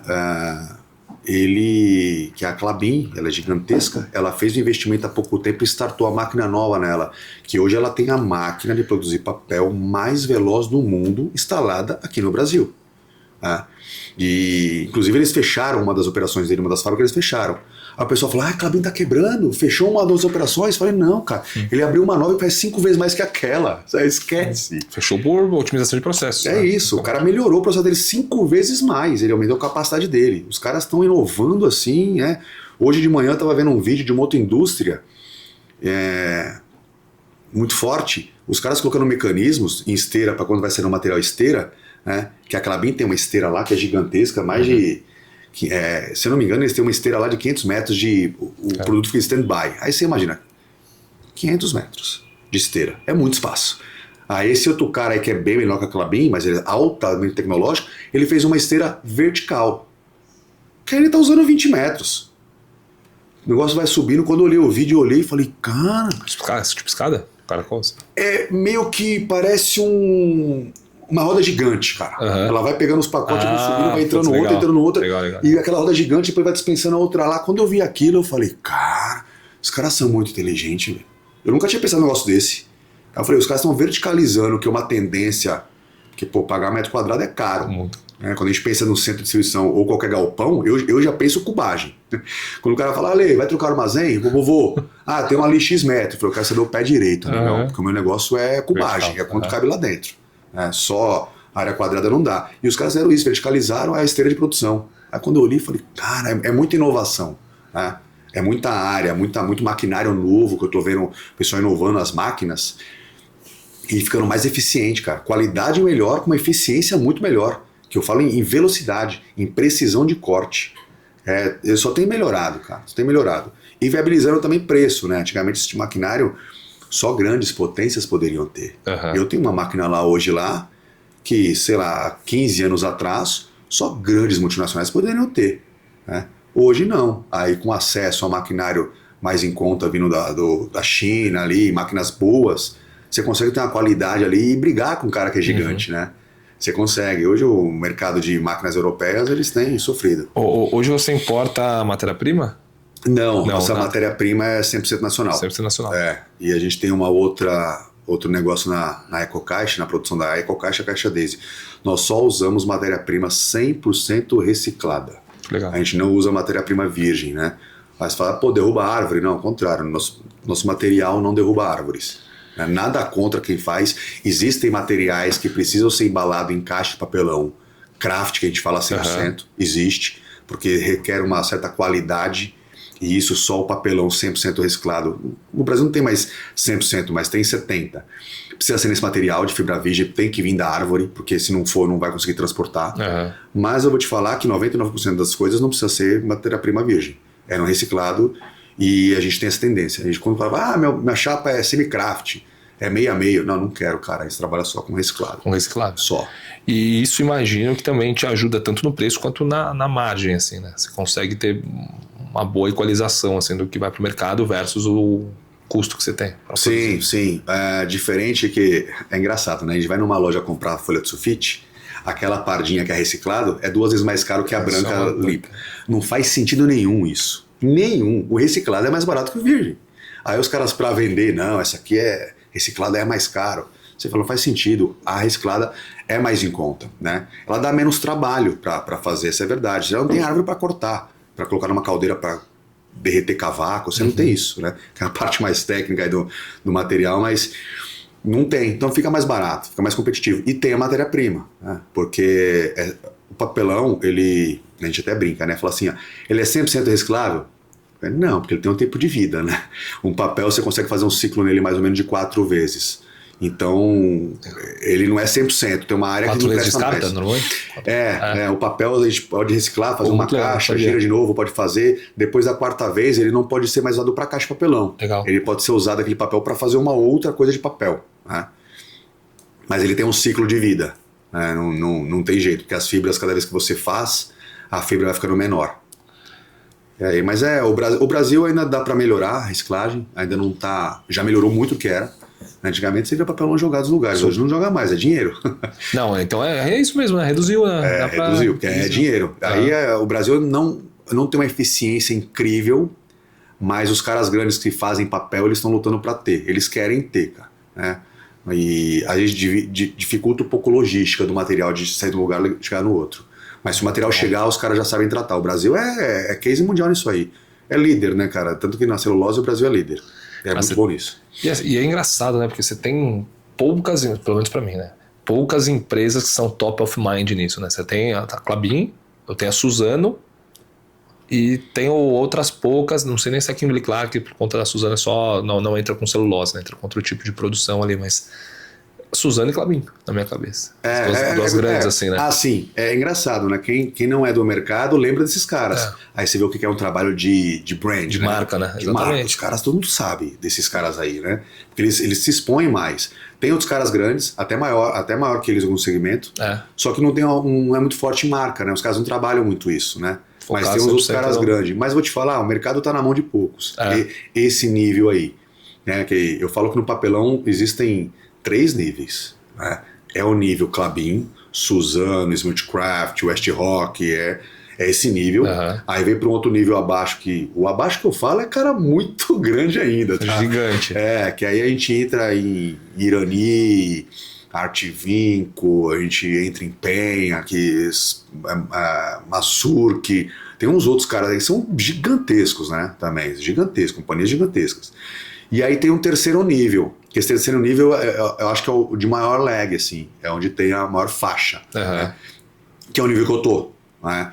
Nós estamos em companhias aí que às vezes rodam, tem caras pequenininhos que rodam 10, 15 toneladas por mês de papel, até deve ter menores, né? Existem os caras que estão perto dos 100, 200, que é onde nós estamos, e tem os caras até 700, 800, né? 1.000 quilos por mês. E aí esses outros caras aí esquece, o número Eu ouvi de um cara, uma vez esses que a gente citou aqui, que uma unidade dos caras, eles faziam 300 toneladas período por dia. Nossa, capacidade máxima de produção. Os caras são... Saída, obviamente, deve ter. O Brasil é muito forte em celulose, cara. Cara, que loucura. E Ale, e onde você aprende, assim, cara? Onde você falou que lá atrás eram os livros que te direcionavam, hoje você tem mentores, hoje você bebe, você olha para o mercado. Se você sentar hoje, por exemplo, e conseguir elencar quais as suas fontes de conhecimento para agregar valor ao seu negócio? E por que da pergunta? A importância do mentor, a importância de ouvir o mercado. Como você acredita que um clube, por exemplo, né, que tem outros empresários assim como você, pode contribuir para a sua empresa? Cara, na minha cabeça, eu acho que hoje faz todo sentido, né? Eu acho que é um dos principais canais, né? Porque quando a gente pensa, nós criávamos antigamente clube, você e só ser um amigo, que não era um clube, só que era restrito, era você e um amigo. Eu acho que o pessoal agora está começando a entender que dá para dividir isso, criar clubes um pouquinho maior, de indicação, né? A gente criar um clube, convidar um cara que tem princípios e valores muito, muito legais, muito parecidos aos nossos, e traz o cara para cá para a gente trocar informação sobre o que a gente faz, né? Às vezes um vai ter um insight, hoje estava mais cedo aqui batendo um papo pessoal, me dando alguns insights da parte industrial, da parte como ele fazia na indústria, que é a indústria de plástico, cara. Indústria de outras coisas, sabe? De metal. Porque que ele não é indústria? O cara me fala como ele gera a galera, o que ele fez lá que deu certo, e eu olho e falo, pô, esse negócio dá para colocar no meu negócio, cara. Às vezes precisa dar uma mudadinha aqui e ali, mas faz sentido. E você aprende erros das pessoas, pô, comete esse erro, não faz, cara, não vai por esse caminho que não é legal. Ou talvez, às vezes o erro do cara, você olha e você fala, cara, esse negócio que ele tá fazendo é muito bom, mas errou pra ele, mas acho que ele errou por causa desse detalhe. Sim. Eu vou fazer o que ele fez que deu errado, mas eu vou pôr um detalhe pra mudar. E às vezes fórmula de sucesso do cara também, que você olha e você fala, poxa, deixa eu aplicar isso lá, ou um pouco pelo menos. E isso vai engrandecendo, né? O jogo vai melhorando, né? Cara, a gente fez acho que mês passado, um hot seat focado em indústria. Não sei se você teve a oportunidade de ir, que eu lembro que você foi lá na Victa. Foi. Lá na Victa.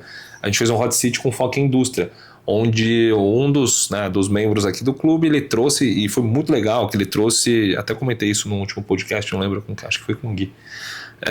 Cara, foi assim, uma aula de um MBA muito grande, assim, e eu já tive a oportunidade de participar de algumas, e essa foi uma aula muito legal. Eles abriram 100% do business, assim, cara, sem muita catraca, para contar pra galera que tá em indústria, ali de experiência em indústria tinha quase 100 anos, assim, somados, né, pessoal.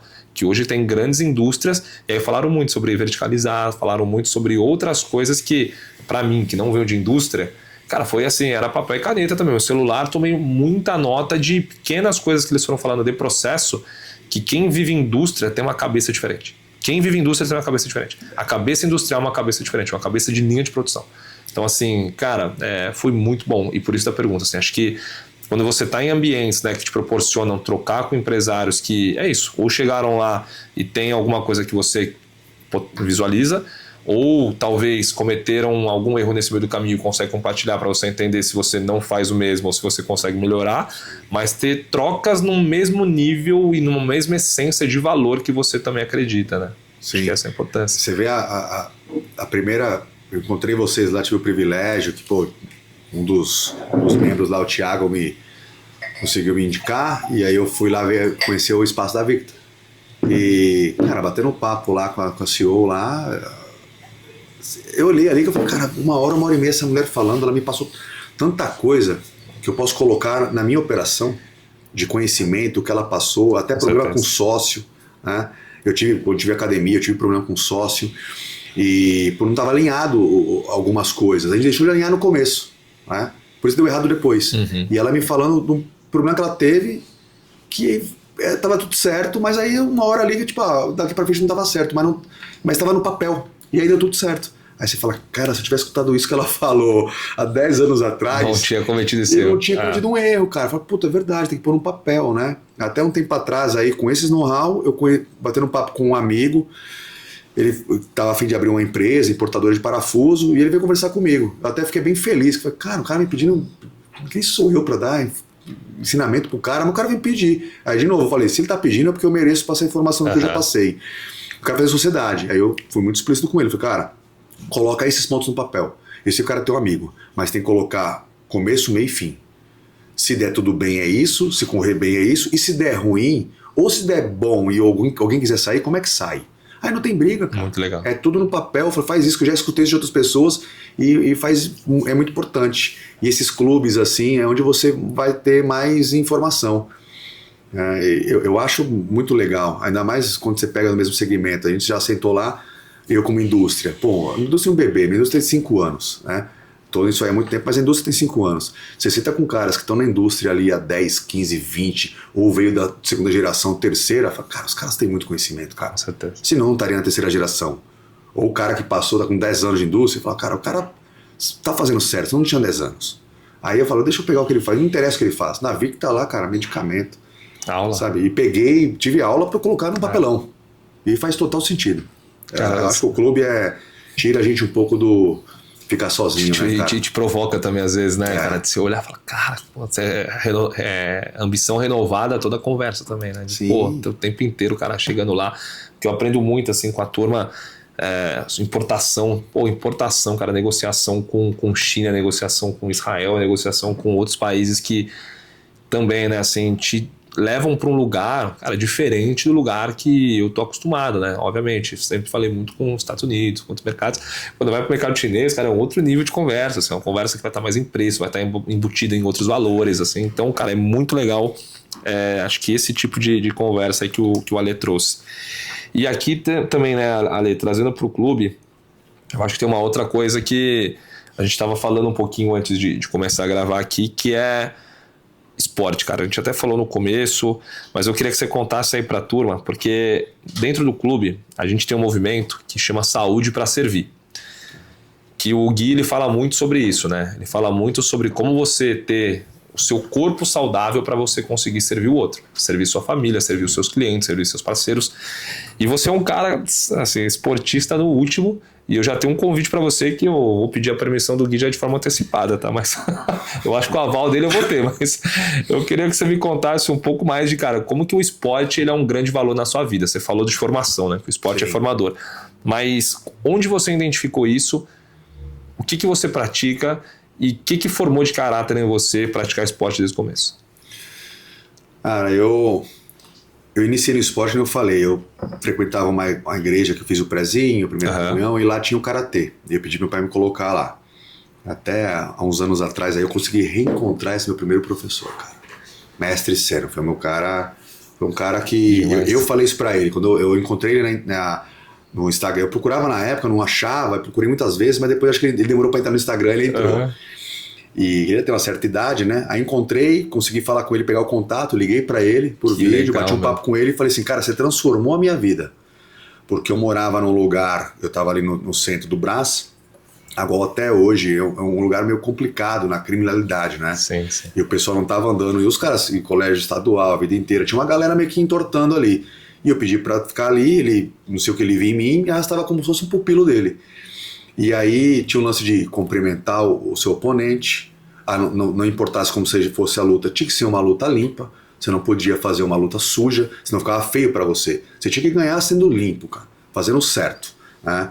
E outra coisa que ele me mostrou, cara, não adianta o cara falar assim, aquele cara é mais forte. Tudo bem, ele é forte hoje, mas se eu treinar todo dia e ele não treinar, qual que é a chance dele continuar ganhando de mim? Sim. E eu via isso na prática, né? Eu vi o cara que era forte, porque ele era forte, ele achava que ele precisava fazer menos. Aí ele vinha treinar uma vez por semana, às vezes duas, às vezes uma, e eu tava lá 1 a 2 treinos por dia. Aí até teve uma hora que eu fui criando uma maturidade, que eu vi que eu falei assim, olha, cara, a força dele já não faz mais tanta diferença, porque eu tô... Aí eu vi que depois era pelo meu empenho, né? E depois eu fui levando isso pra vida. Eu falei assim, cara, se eu for trabalhar e eu trabalhar melhor e manter essa resiliência e fazer, e não parar, não desistir, e fazer o certo pelo certo, né? Tudo isso, como vai ser? E eu via que dava resultado. E isso foi mudando meus resultados, né? Muito e bom. No esporte era assim, que nem... E aí você tem que pagar o preço, às vezes, por algumas coisas, né? Eu sempre gostei também de surfar. Depois de uma certa idade, eu tava ali chegando aos 17, 18 anos, eu só assistia, não tinha a condição financeira de frequentar a praia para poder surfar. Meus pais também, na época, achavam aquilo de, quem surfa é vagabundo, né? Só que onde eu morava depois, eu achava, cara, eu não quero ficar aqui. Aqui eu tô vendo que o pessoal tá fazendo coisa errada. Eu quero estar na praia surfando, que eu achava bonito aquilo, a estética do esporte. E eu comecei a brincar, a aprender. Aí depois eu via que, cara, a galera fazia mais do que eu. Eu falava, esse cara surfa mais. Mas ele mora na praia, eu não moro na praia. Como é que eu vou estar na água sempre dentro? Eu falei, já sei, uma academia. E aí fui procurar onde eu conseguia nadar de graça. E aí eu comecei a nadar. E aí eu odiava nadar, cara, sempre odiei. Só que eu via que eu ia nadar todos os dias. No começo eu ia uma vez por semana, daqui a pouco 2, daqui a pouco 3. Daqui a pouco eu ia todo dia, de segunda a quinta eu ia nadar. Com foco no surf. No surf. Aí você falava, as pessoas, mas é legal. Não, cara, eu odeio isso. Eu não gosto. Mas a condição física que isso me dá, quando eu chego no final de semana na praia, eu consigo ficar 5, 6 horas na água que nem uma máquina, cara. Né? Às vezes eu vi um amigo brincando, o cara fala assim, peguei 4, 5 ondas boa. E de verdade, eu olhava e falava assim, eu não sei quantas eu peguei. Por quê? Porque eu não contei, eu parei de contar na 40, 50, sei lá. Porque eu era uma máquina mesmo. E os caras viam, meus amigos que não tinham essa resiliência, tinham os que brincavam. A gente ia pra praia e o cara falava assim, putz, tô sem condicionamento físico, tô remando mal. Eu falava pros caras, segura meu tornozelo que eu te arrasto. Os caras seguravam meu tornozelo e arrastavam o cara pro fundo. Ela falou, eu tô te arrastando não é porque eu surfo bem, é porque eu tô nadando sempre. E eu não gosto de nadar. Se preparou pra ocupar esse lugar. Mas aquilo é igual. Que eu vejo no trabalho, às vezes tem coisas que eu vou ler, estudar, que eu falo, nossa, cara, isso é chato. Mas eu olho e falo, mas eu preciso disso, cara. E eu não sou bom nisso, né? E eu aprendi a focar nisso também. Eu falei assim, às vezes eu forço a fazer aquilo que eu sei que tenho que fazer, mas eu não gosto. Aí eu falo assim, eu tenho que fazer, porque eu não sou bom. No que eu não sou bom, é igual a jiu-jitsu, cara. O pessoal fala, o que mais você treina? Aquilo que eu sou ruim. Eu de verdade sou assim. Eu treino o que eu acho que eu sou ruim, que eu não gosto de fazer. Porque o que eu gosto fica mais fácil, né, cara? Sai natural. E o esporte me moldou nisso aí, cara. Muito bom. E fora a condição física que vem de brinde ainda, né? Exatamente. Eu tenho amigos aí que a gente brinca, né? Vou brincar com as crianças assim, eu agacho, eu levanto, eu ajoelho no chão, eu levanto sem pôr a mão, aí... E eu vejo amigos da minha idade, assim, que os caras mal conseguem sentar no sofá, tem que botar a mão pra levantar. E aí o pessoal brinca, né? Fala assim, você vive machucado, você vive com dor. Eu falo, cara, mas é dor do esporte. Como eu treino muito forte e ainda amo treinar no nível alto, assim, um pouco por ego, que eu gosto de me sentir bem, que eu tô vivo ainda, consigo usar a porrada com os moleques.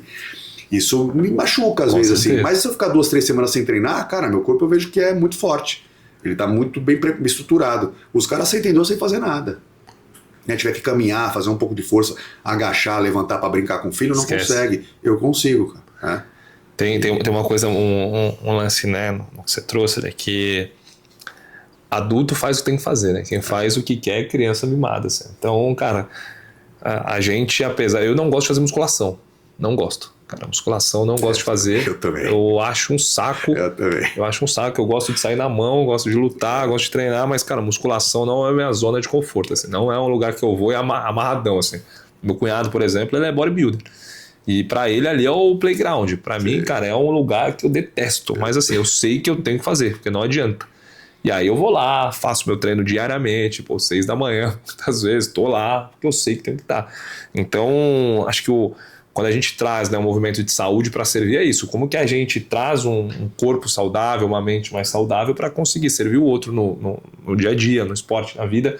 Então, aqui a gente fala muito sobre isso e eu quero já adiantar um convite, tá? Que eu espero muito que o Gui te faça formalmente, mas a gente vai começar a olhar para bolhas aqui, né? Tanto nos segmentos quanto nos esportes.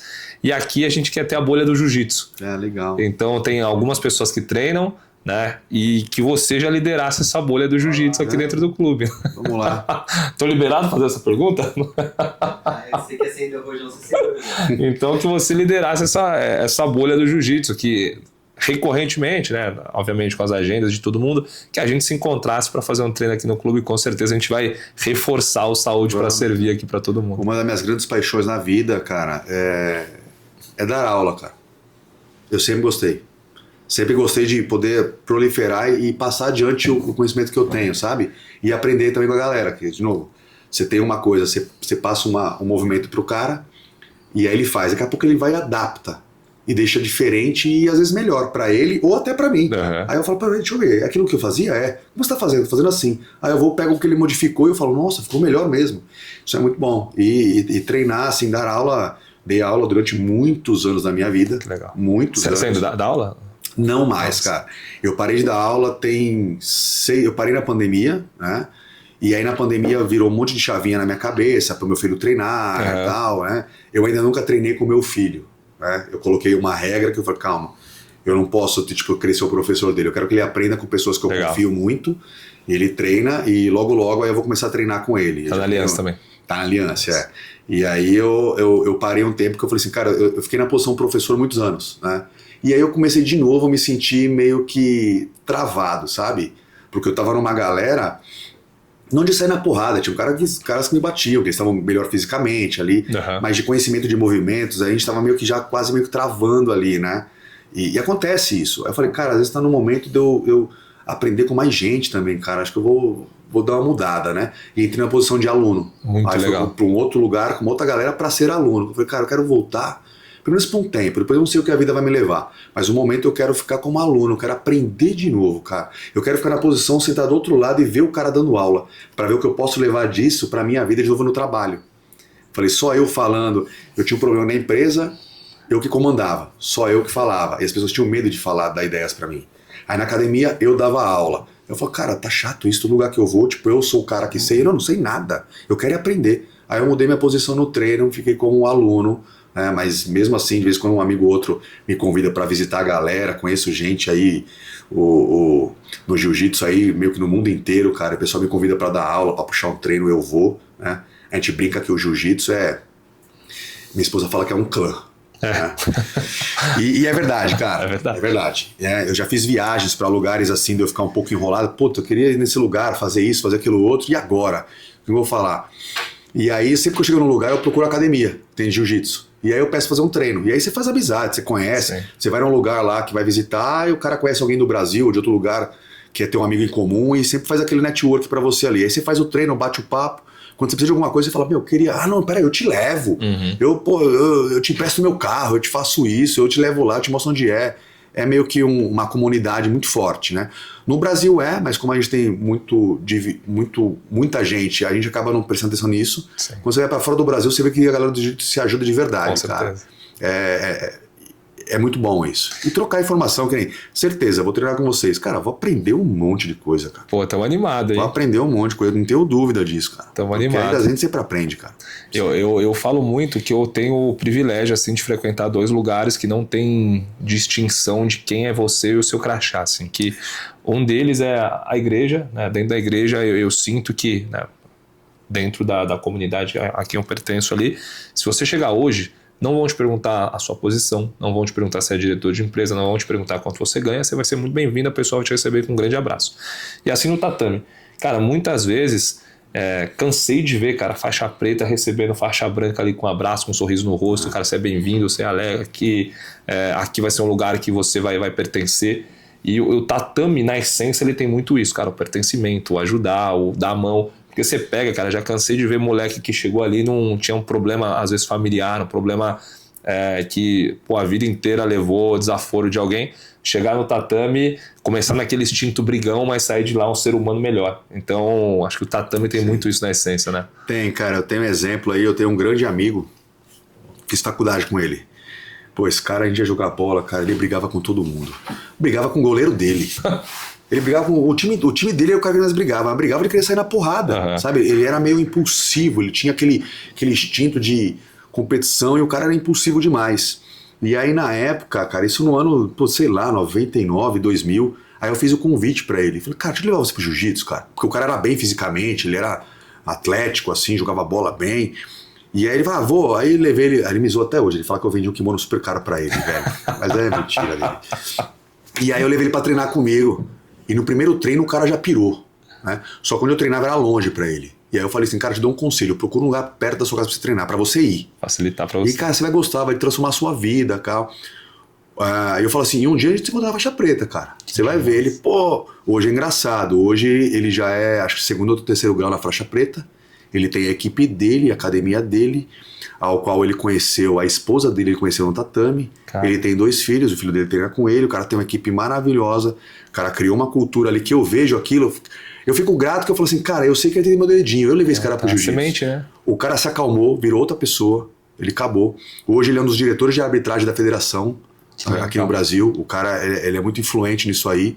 O cara é apaixonado pelo que ele faz, ele vive do jiu-jitsu. Eu, no final das contas, eu nem vivo do jiu-jitsu. Ele não, é a subsistência do cara e é tudo pra ele. Incrível, cara. E aí eu fico feliz, aí eu brinco com ele e falo assim, e aí? Continua aí, nos encontramos na faixa preta, né? Ele fala, aí às vezes eu brinco com ele, falo assim, mas nada mudou, não rola, eu ainda... Mas porque eu conheço todo o jogo do cara também, eu vi a evolução dele, você vai acompanhando... E fisicamente ele é muito melhor que ele, é um competidor nato ainda, né? Que demais. O cara, campeão brasileiro, o cara ganhou vários campeonatos aí. Só que como eu vi ele desde a faixa branca crescendo, eu conheço todo o jogo dele. Eu já sei tudo que ele vai fazer. Já tá doutrinado ali. Tem hora que eu amarro o jogo ali, porque eu falo assim, eu sei que ele vai fazer, mas deixa eu amarrar que eu tô meio cansado, ele não, cara. Muito mas bom. Mas é legal, cara. Muito bom. O jiu-jitsu traz isso pra vida, cara, muito bom. Então fica a recomendação para você que é empresário e está nos assistindo aqui. Teremos a bolha do jiu-jitsu, né? Então você que faz parte do clube com certeza está convidado já a participar. Assim como eu trouxe o jiu-jitsu, é um espaço que todo mundo é muito bem-vindo, então se sinta à vontade para colocar ali, se você nunca treinou a sua faixa branca e vir aprender com o mestre Ale aqui, que vai dar uma aula pra gente já no... Um prazer. No curto prazo, espero, viu? Não, sim. Vamos combinar. Bom, irmão, chegando aos recados finais, mas antes de entrar aqui, eu queria só mostrar para vocês esta camisa incrível aqui do clube, que é Construa a sua empresa sem destruir a sua família. Cadê? Tem uma aí? Tenho, ganhei a minha. Ó lá, hein? Ó. Abri aqui, ó. Vamos mostrar pra turma aí, porque... E que tecido, hein? Não, foi o pessoal da Bastille, né, que fez. O pessoal da Bastille, incrível o tecido, o caimento dela. Olha aí, ó. Então você que faz parte do clube já procura o Gui, procura o Mar, procura a turma aqui para conseguir a sua. E, por favor, faça o cadastro lá no portal também, que é lá que a gente conta todas as novidades, lá que a gente mostra todas as inovações, que os episódios, os avisos vão estar lá, os eventos vão estar lá. Você já fez o cadastro no portal? Ainda não. Vai ter que fazer já também, vai sair. E eu fui cobrado ontem ainda, hein? É verdade. O Ale foi o primeiro cliente do clube a receber a camiseta. Olha lá, aí, ó. Ó que privilégio aí. Cadastro ainda hoje, certeza. Então é isso, você pode conseguir a sua também, vai ser um prazer bater esse papo com você também e ficar atento ali dentro do portal para ter ali todas as novidades de fácil acesso. Ali, recados finais, queria que você contasse para a turma aí, que sempre nos recados finais eu falo, né? Para quem está começando a empreender e para quem já está empreendendo, quais são os seus recados aí, conselhos? Cara, para quem está começando, cara, eu sempre falo, faz, cara, faz. E tem que começar, e eu digo que assim, faz, depois você vai arrumando. Tem pessoas que ficam com vontade de um sonho de criar algo ou fazer algo, e aí cria tanto plano e cria uma perfeição na cabeça, o cara desenha tanto o que ele quer fazer e faz um desenho tão perfeito que ele fica com medo de executar e não ficar perfeito. Aí o cara acaba não fazendo, ele não sai daquilo. Então eu acho que assim, faz e tenta ir arrumando isso no decorrer do tempo, vai ajustando. E para quem já está nessa vida, para quem já começou, mesmo que tá um tempo aí, eu tenho aquela, posso falar, humildade intelectual, que não interessa se eu estou começando agora ou se minha companhia tem 20, 30, 50 anos, eu acho que a gente pode aprender muito ainda. Muito bom. Muito, muito mesmo. Mesmo quem está já nesse papel de empreendedor, empresário, você pode aprender. E aprender, às vezes, com quem está menos tempo que você. Muito bom. Né? E é ter essa intenção de estar melhorando sempre. Procurar a perfeição. Às vezes eu brinco, minha esposa fica muito brava comigo. Esse é o corte lá pra ela. Que eu falo, às vezes ela brinca e fala assim, você? Eu falo assim, não, eu não erro. Ela fala, eu não erro. Eu falei assim, eu não erro. E quase, e é verdade, assim, eu quase nunca erro, porque eu penso muito no que eu vou fazer. Mas eu penso muito, muito rápido. Uhum. Eu executo as coisas muito rápido. E às vezes eu erro, mas o pessoal não vê. Porque eu executo, eu erro, e aí eu vou e arrumo tão rápido que o pessoal não consegue ver o erro. Uhum. Né? Aí o pessoal, e aí você errou? Não, não errei não. Aí errei 2, 3 vezes ali, mas ninguém viu. Uhum. Mas vai e corrige o erro, procura informação, procura os clubes que tem próximo a você, procura trocar informação, perguntar de verdade para quem, em cada segmento, como você pode ajustar alguma coisa, né? E não parar de consumir informação, cara, para poder melhorar. Muito bom. Não se acomodar, né? Muito bom. E no final, né, sempre aqui, chegando no final do episódio, eu tenho 2 perguntas que eu falo que uma é 100% egoísta, que é minha, então, e a outra é pra turma. E a minha, Ale, eu queria perguntar pra você, cara, como você é um cara que falou, né, lá atrás, era um cara, tinha o orgulho que falava mais alto, tinha a vaidade que falava mais alto, foi só naquela virada que você conseguiu quebrar isso ou você trabalha isso até hoje? Eu pergunto pra eu aprender a isso, tá? Como muitas vezes lá no jiu-jitsu você trouxe que, eu deixo às vezes o cara pegar, não sei o que não tem problema. Eu já sou um cara um pouco mais, né, ainda um pouco mais vaidoso, um pouco mais, cara, se pegar eu vou ficar pé da vida, entendeu?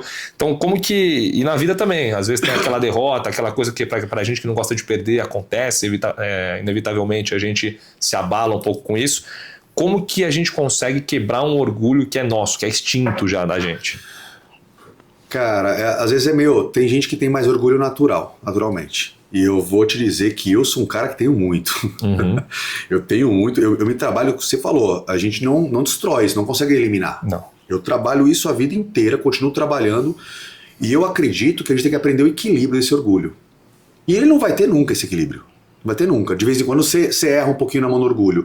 Porque eu acho que a gente tem que ter para poder até buscar a melhora. Né? Você tem que ser um pouco orgulhoso e falar assim, hoje eu vou treinar e não vou perder, cara. Não vou perder. Eu sou melhor que esse cara. Aí você vai e perde, você não fica legal.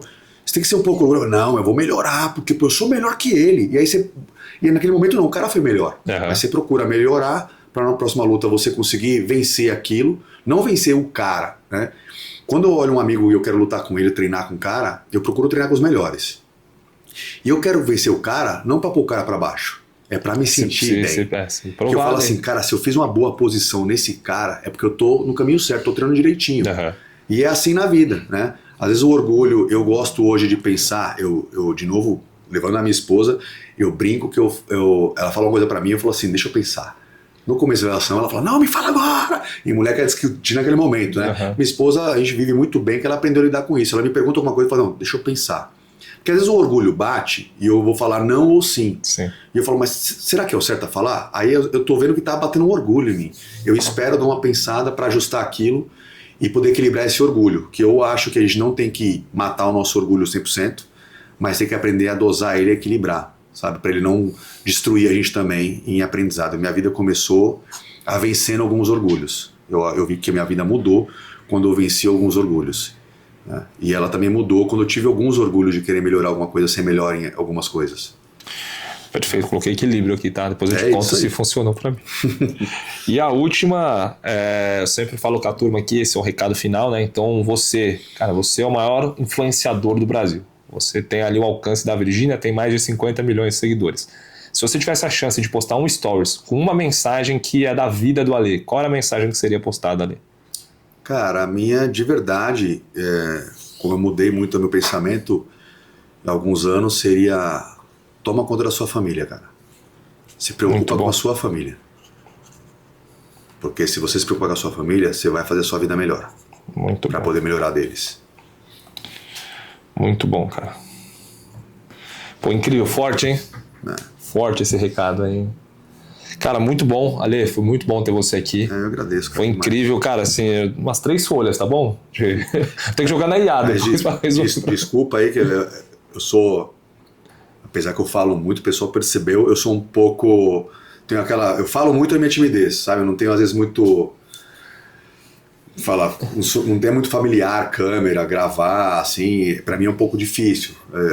Ainda tenho aquela timidez, mas eu falo bastante. Minha família fala que eu falo bastante, porque eu gosto de passar aquilo que eu aprendo, né? Sabe aquele erro que você falou que ninguém percebeu? Eu tenho certeza que ninguém percebeu que ele não tem familiaridade com câmera, nada disso. Foi muito bom papo, foi muito legal ter você aqui, foi um grande aprendizado. Acho que a gente tem muita coisa legal pra discutir. Ter você dentro do clube vai ser, com certeza, mais uma das grandes munições assim, de conhecimento que a gente tem ali pra trocar. E, cara, super bem-vindo. Obrigado. Esperamos te receber mais vezes. Não vejo a hora de sair o projeto para você conseguir liderar a gente aí dentro do tatame. E foi isso. Então, na semana que vem, teremos mais um grande convidado aqui, mais um grande empresário, para conseguir te levar um conhecimento de quem faz negócio de verdade no dia a dia. Então, nos vemos na próxima semana e foi um prazer ter vocês aqui com a gente.